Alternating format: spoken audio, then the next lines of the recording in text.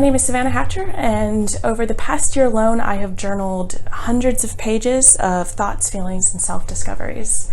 I have undergone a life-changing journey of healing and growth, and for the first time in nearly 15 years, I have found genuine joy in being alive.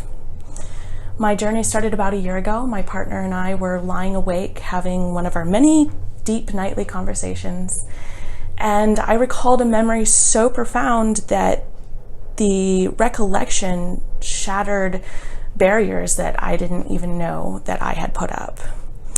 I felt as if I were a child again. I felt this genuine hope, this inner peace, and it occurred to me that the last time I had remembered feeling that way, I was maybe 10 or 11 years old.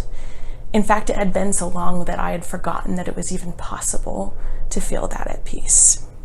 I can't believe that one recollection of one repressed memory could completely change the way that I lived my life. And that memory was of the exact moment that I had decided to become perfect. I was 14 years old. My family had just moved across country, and unbeknownst to me, my bipolar disorder was just starting to manifest.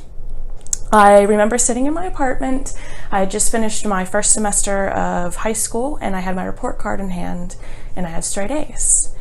And I decided that in order to prove my self-worth as a human being, I was going to become perfect at certain things. It started with grades. I got 105% in every class. I had a 4.6 GPA by the time I graduated. I would stay up about 6 hours a night studying. I then took on continuous projects of music and theater. I slept little to none on weekdays, and then I crashed for about 20 hours straight on the weekend. I didn't brush my hair or my teeth.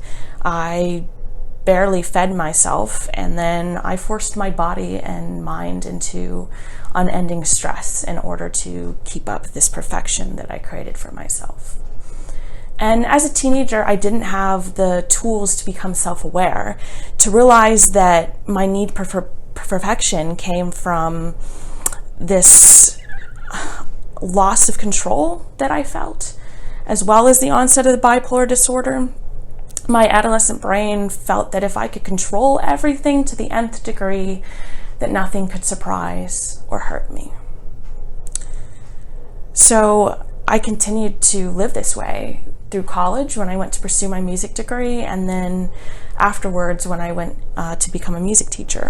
So I continued to live this way when I went through to college for my music degree, and then into adulthood when I became a music educator. And the many nights of sleeplessness and lack of self-care really started to catch up with me. I would get, pneumonia and bronchitis over and over again. My immune system was just broken down at that point. And the pain and the self-hate was so severe that I just had to cut off my connection to feeling and to my senses in order to cope. My daily life was dictated by these negative thought loops that just never ended, and they became the entirety of my existence.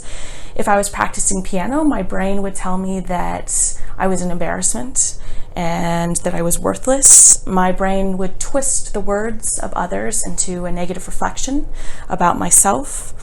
I woke up a few minutes before I had to go to work, downed a cup of coffee. I wouldn't look at myself in the mirror for fear of having an emotional breakdown.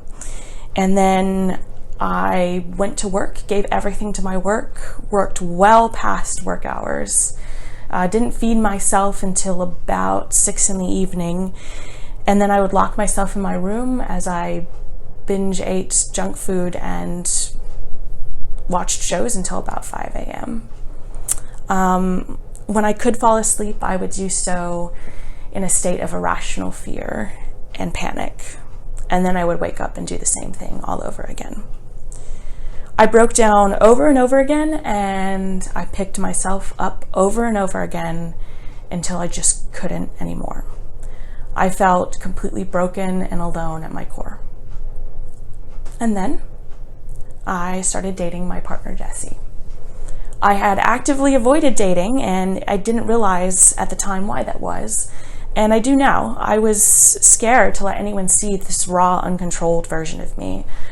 I felt that I had worked for years to curate a persona to present to the world and to myself. And to let somebody actually see me for who I was afraid that they would run in the other direction.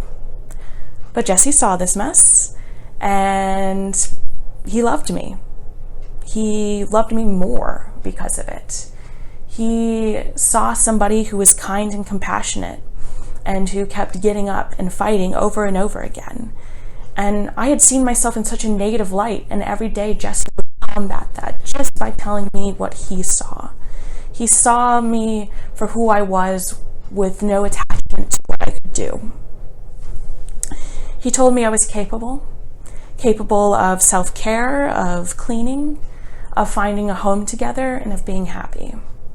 He told me that it was okay to be imperfect and to let go of my work at the end of the day and give myself permission to enjoy my time off. And many people had told me this before, but nobody quite got through to me the way that he did. So I started letting go of control. It was absolutely terrifying. It was terrifying to let him see me and to see the crying mess that I was behind the persona that I had put on. But he kept coming back, and he kept loving me, and unconditionally so. Which brings me back to that night where I made the realization of that life-changing memory. And with the revelation that I myself had made up the need to be perfect, I realized I didn't have to anymore. I could just be myself. So I developed a process to retrain my thoughts.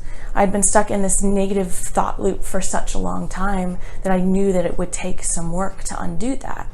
So when my brain would tell me that my body wasn't enough, I would stop myself in the tracks, tell myself that that was untrue and that was negative, and then I would retrain those thoughts by telling myself that I deserved to feel good and I deserved to feed my body nutrients rather than starving it.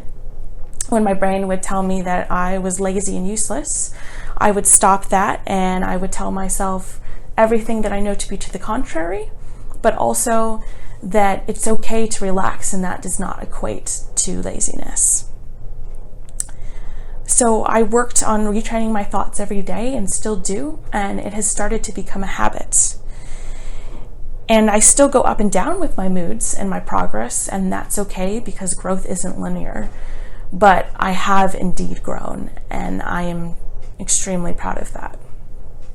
So nowadays, I wake up with a smile on my face. I go outside with my dog, and I look up at the sun and up at the trees. I go to my work, and I have lots of enthusiasm for what I do.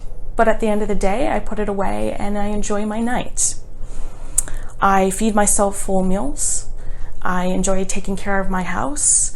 I take pride in picking out clothes for myself. I do all of those little things that other people might take for granted and that before now I didn't have the well-being or the willpower to do. Jesse and I have just made so many late night realizations, and we continue to do so. But after that first realization, I remember waking up the next day, walking outside and feeling the sun on my face. I remember listening to the birds chirp, looking at how beautiful the trees were, and it just felt so warm and so comforting.